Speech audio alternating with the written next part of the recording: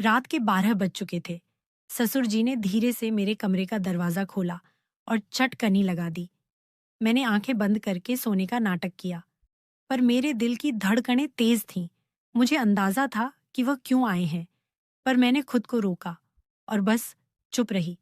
उस रात जो हुआ, वह मेरी जिंदगी का एक नया मोड़ था। मेरा नाम सानिया है, उम्र 24 साल, और मैं अपने ससुर जी के साथ लखनऊ के एक पुराने मोहल्ले में रहती हूँ। गली तंग है, मकान पुराना, पर दिलों में जो बातें चल रही हैं, वह बिल्कुल नई हैं। 1.5 साल पहले मेरी सासू माँ को कैंसर ने हमसे छीन लिया, और मेरे पति, वह तो 3 साल पहले एक बाइक एक्सीडेंट में मुझे अकेला छोड़ गए। तब से मैं और ससुर जी बस एक दूसरे के सहारे इस छोटे से घर में जिंदगी काट रहे हैं। मैं दिन भर एक कॉल सेंटर में काम करती हूँ और घर लौटकर खाना पीना, बाजार सब संभालती हूँ। ससुर जी पहले बड़े रौबदार इंसान थे। पूरे मोहल्ले में उनकी बात का वजन था। हर शाम चौपाल पर दोस्तों के साथ हंसी, पुराने किस्से और उनकी आवाज से गली गूंजती थी। पर सासू माँ के जाने के बाद वह जैसे खामोश हो गए। दिन भर अपने कमरे में या फिर टीवी के सामने पुराने क्राइम शो देखते। उनकी आंखों में एक अजीब सा दर्द था, जो मुझे रातों को सोने न देता। मैं सोचती, क्या मैं उनके इस दर्द को हल्का कर सकती हूँ? क्या उनकी जिंदगी में फिर से कोई रोशनी ला सकती हूँ? एक रात की बात है। रात के करीब 2 बजे मैं पानी पीने उठी। घर में सन्नाटा, बस बाहर सड़क पर कुत्तों की आवाज आ रही थी। ससुर जी का कमरा ऊपर था और मैं नीचे। तभी ऊपर से कुछ गिरने की आवाज आई। दिल धक से रह गया। क्या हुआ? मैं डरते डरते दबे पांव ऊपर गई। उनका दरवाजा हल्का सा खुला था। मैंने चुपके से झांका। ससुर जी ने अपने मोबाइल की टॉर्च जला रखी थी। उनके एक हाथ में मोबाइल था और वह कुछ देख रहे थे। दूसरे हाथ में एक छोटा सा पप्पू था, शायद। तभी उनके हाथ से पास में रखा गिलास नीचे जमीन पर गिर गया, पर उनको पता नहीं चला। ससुर जी वीडियो देखकर पप्पू के सिर की मालिश कर रहे थे। मैं वहीं रुकी रही और बिना कोई आवाज किए उन्हें देखती रही।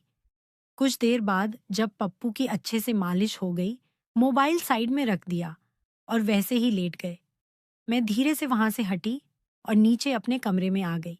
नीचे आकर जो मैंने देखा और महसूस किया, उस पर यकीन नहीं हो रहा था कि ससुर जी ऐसा कर सकते हैं। लेकिन फिर सोचने लगी, यह तो स्वाभाविक ही है। इसमें कुछ ज्यादा सोचने जैसा नहीं है। दिल में जैसे कोई तार छिल गया। ससुर जी अकेलेपन से लड़ रहे थे, पर अपने दर्द को छुपा रहे थे। मैं सोचने लगी, क्या मैं उनके लिए कुछ कर सकती हूँ? क्या मैं उन्हें वह एहसास दे सकती हूँ जो अब उनके दिल में कहीं खो गया है? अगली सुबह मैंने फैसला किया कि कुछ तो करना पड़ेगा। मैंने उनके लिए उनकी पसंद का आलू का पराठा बनाया और साथ में अदरक वाली चाय। जब मैंने उनके सामने रखा, तो वह चौंक गए।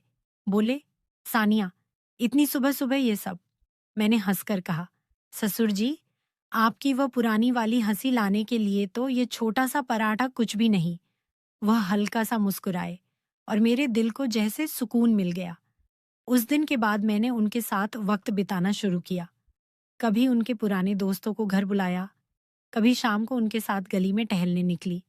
एक दिन जब मैं रात को खाना बना रही थी, उन्होंने अचानक कहा, सानिया, तू मेरे लिए बेटी जैसी है, पर तेरा दिल क्या कहता है? तू भी तो अकेली है ना? मैं रुक गई। उनकी बात मेरे दिल को छू गई। मैंने हल्के से कहा, ससुर जी, अकेलापन तो हम दोनों का है। शायद हम एक दूसरे के लिए वह कमी पूरी कर सकते हैं। एक शाम मैं कॉल सेंटर से लौटी तो ससुर जी आंगन में कुर्सी डालकर बैठे थे। मैं उनके पास गई और बोली, ससुर जी, आपको याद है, आप कहाँ करते थे कि जिंदगी एक नदी है जो बहती रहती है? वह मुझे देखकर बोले, हाँ, पर अब तो मेरी नदी सूख सी गई है। मैंने उनका हाथ पकड़ा और कहा, तो चलिए, हम इस नदी में फिर से पानी भरते हैं। हम दोनों एक दूसरे के लिए वह बारिश बन सकते हैं। उस रात जब घर की बत्तियां बुझ गईं, मैंने देखा ससुर जी मेरे कमरे के पास खड़े थे। उनकी आंखों में एक हिचक थी, पर एक अनकही बात भी। मैंने पूछा, ससुर जी, सब ठीक? वह चुप रहे। फिर धीरे से बोले, सानिया, तूने आज जो कहा वह मेरे दिल में उतर गया। मैं तुझ में अपनी बेटी देखता हूँ, पर शायद कुछ और भी। मेरे दिल की धड़कन तेज हो गई। मैंने हल्के से कहा, ससुर जी, हम दोनों ने बहुत कुछ खोया है, पर शायद हम एक दूसरे में वह सुकून ढूंढ सकते हैं जो हमें चाहिए। लोग क्या कहेंगे, ये सोचकर तो जिंदगी रुकती नहीं। उन्होंने मेरा हाथ थामा। उनकी हथेली में एक गर्माहट थी जो मेरे दिल तक गई। वो बोले, सानिया, ये रास्ता आसान नहीं। मैंने मुस्कुराकर कहा, ससुर जी, जो आसान होता है उसमें मजा कहाँ। बस आप मेरे साथ रहें, फिर देखिए कैसे जिंदगी फिर से रंगीन लगती है। उस रात हमने साथ बैठकर पुरानी बातें की, सासू माँ के किस्से, मेरे पति की शरारतें और वो पुराने दिन जब घर में हंसी गूंजती थी। पर उस रात कुछ बदल गया।